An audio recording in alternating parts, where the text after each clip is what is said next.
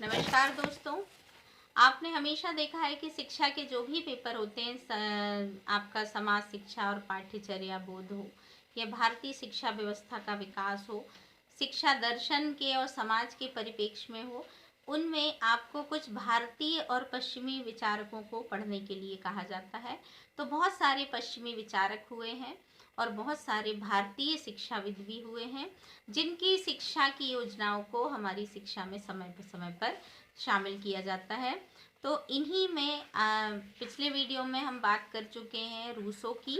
अब आज हम बात करते हैं जॉन डीवी जो हैं वो क्या थे, और जॉन डीवी का जो शिक्षा दर्शन है वो क्या था। कई प्रकार से प्रश्न पूछे जाते हैं कि जॉन डीवी के शिक्षा संबंधी विचार बताइए, जॉन डीवी का शिक्षा दर्शन बताइए, पश्चिमी विचारक जॉन डीवी की शिक्षा को समझाइए, डीवी के शैक्षिक विचारों का आलोचनात्मक मूल्यांकन कीजिए, डीवी के शिक्षा दर्शन का मूल्यांकन कीजिए। इस प्रकार के प्रश्न जो हैं पूछे जाते हैं, या पूछा जा सकता है कि जॉन डीवी के संक्षिप्त जीवन परिचय को बताते हुए पाश्चात्य शिक्षा प्रणाली पर उसका क्या प्रभाव हुआ, उसका वर्णन कीजिए। या एक प्रश्न ये भी पूछा जा सकता है कि जॉन डीवी के अनुसार शिक्षा के उद्देश्य बताइए। तो आज हम जॉन डीवी का शिक्षा दर्शन या उनके शिक्षा के उद्देश्य और विचारों पर बात कर रहे हैं। तो सबसे पहले हमें ये जानना है कि जॉन डीवी वास्तव में है क्या। तो हम जीवन परिचय की ओर चलते हैं कि डीवी महोदय का जन्म जो था वो अक्टूबर में सन 1859 को 59 को हुआ, और स्नातक की परीक्षा में उन्होंने दर्शन में सबसे विशेष योग्यताएं दिखाई थी, महान दार्शनिक बने वो, और विभिन्न विश्वविद्यालयों में वो दर्शन के शिक्षक भी रहे। शिकागो में पढ़ाने के काल में उनका ध्यान जो था वो शिक्षा की ओर गया, इसलिए उन्होंने एक प्रयोगशाला मतलब एक स्कूल खोल दिया, जो उन्होंने 1896 में खोला। और इस स्कूल के खोलने में उनका प्रयोजन ये था कि वो दर्शन, मनोविज्ञान और शिक्षा के विषयों का प्रयोगशाला से ठीक ऐसा ही संबंध स्थापित कर दें जैसा विज्ञान की विभिन्न शाखाओं का प्रयोगशालाओं से होता था। स्कूल के सामाजिक पक्ष में उन्होंने देखा कि प्रजातंत्र का जो दार्शनिक पक्ष था तथा मूल्यों आदि के क्षेत्र में उन्होंने महत्वपूर्ण अपने मौलिक विचार प्रकट किए हैं, और कुछ पुस्तकें भी लिखी हैं, जिसमें हाउ वी थिंक 1910 में आई उनकी पुस्तक, डेमोक्रेसी एंड एजुकेशन 1916 में, 1916 में, रिकॉन्स्ट्रक्शन इन फिलॉसफी 1920 में।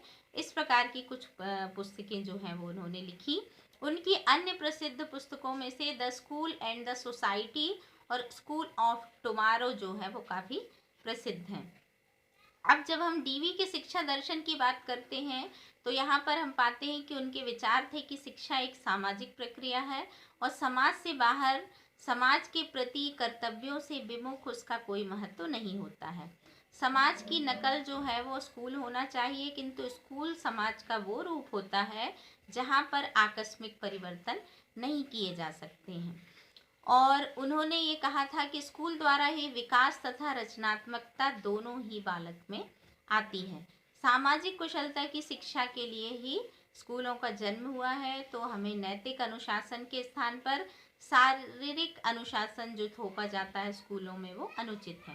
अपने को बालक समाज का अंग मानकर अनुशासन भंग कभी भी नहीं कर सकता। तो उनका ये मानना था कि बालक की प्रवृत्तियों को पहचानिए और फिर उसके बाद उनको रचनात्मक कार्य में लगाइए। रूसो की तरह ये भी मानते थे कि बालक को लघु मनुष्य नहीं होना चाहिए, क्योंकि शिक्षा का कर्तव्य है कि वो बालक को उचित अवसर दे। जो बालक जिस तरह की प्रतिभा को रखता है उस प्रतिभा के विकास में शिक्षक को सहायता करनी चाहिए।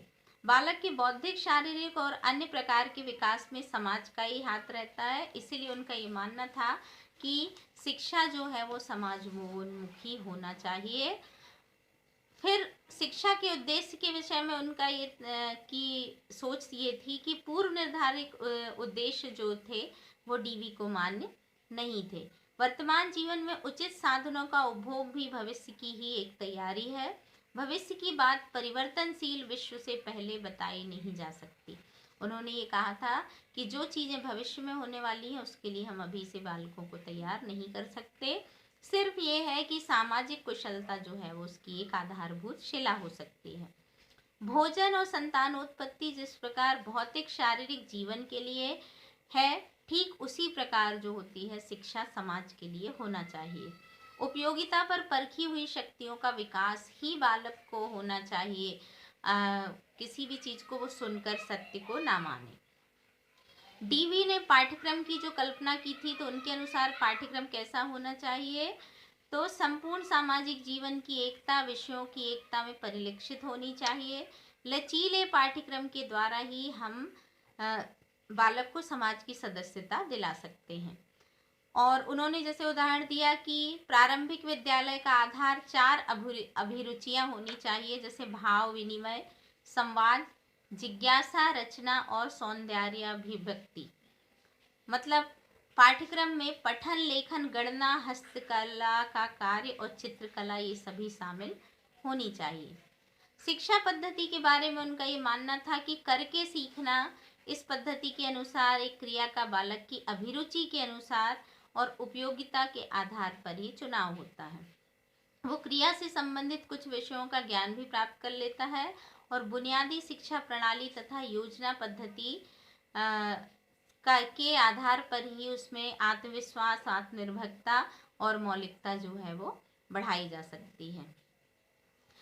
फिर डीवी अनुशासन के बारे में ये मानते थे कि बालक के सहयोग द्वारा और स्कूल के कार्यों द्वारा उसकी आवश्यकताओं की पूर्ति करके हम उसमें आज्ञा पालन, अनुशासन, नियम आदि आवश्यक बातों को चरित्र निर्माण का अंग बना सकते हैं। सहयोग तथा रुचि पर आधारित शिक्षा में अनुशासन के भंग होने की आशंका ही संभव नहीं है।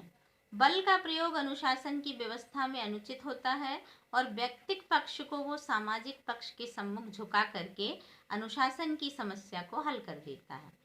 प्रजातंत्र में सहयोग, आत्मनिर्भरता और समता इत्यादि की उन्नति होती रहती है। अतः बालक को अनुशासन जरूर सिखाना चाहिए।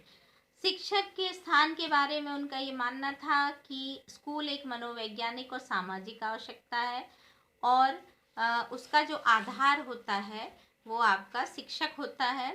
तो शिक्षक जो बालकों को समाजोन्मुख करने के लिए एक विशेष व्यक्ति होते हैं, जो उसे केवल निरीक्षण करने, सहयोग देने और बालक को उत्साहित मात्र करने का ही अधिकार है। उन पर अपने विचार लादने का अधिकार शिक्षक को नहीं होना चाहिए। बालक की रुचि, उसकी स्वभाव की आवश्यकताएं ही शिक्षक के सम्मुख रहनी चाहिए। फिर इन्होंने दर्शन के मूल्य, इनका जो दर्शन का मूल्य था उसका प्रभाव क्या हुआ समाज पर, तो डीवी जो थे वो प्रजातांत्रिक, समाजोन्मुखी, प्रगतिशील, परिवर्तित अनुभवों पर आधारित प्रायोगिक शिक्षा की कल्पना करने लगे थे और एक सार्वभौमिक सत्ता के विकास के कारण प्रायः प्रगति रुक जाती थी। समाज को स्कूल का अभिन्न संबंध बताकर, सामाजिक कुशलता पर बल देकर, वर्तमान को भविष्य से अधिक महत्वपूर्ण बताकर, बालक की अभिरुचि, रचनात्मकता तथा प्रयोगों द्वारा सत्य का निर्धारण करके जॉन डीवी ने आधुनिक शिक्षा प्रणाली पर महत्वपूर्ण प्रभाव डाला था। और उनका ये मानना था कि बालक की अभिरुचियों को ध्यान में रख करके अनुशासन की समस्या जो होती है उस पर नए विचार हमें डालने चाहिए, जिसमें करके सीखना, सहयोग से कार्य करना, ये सभी जो फ्राउवेल की बातें थी उसमें वो उनके साथ थे।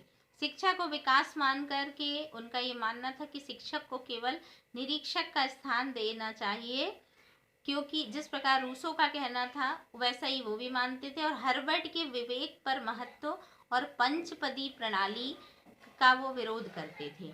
वो कहते थे कि आत्मक्रिया पर बल देना चाहिए।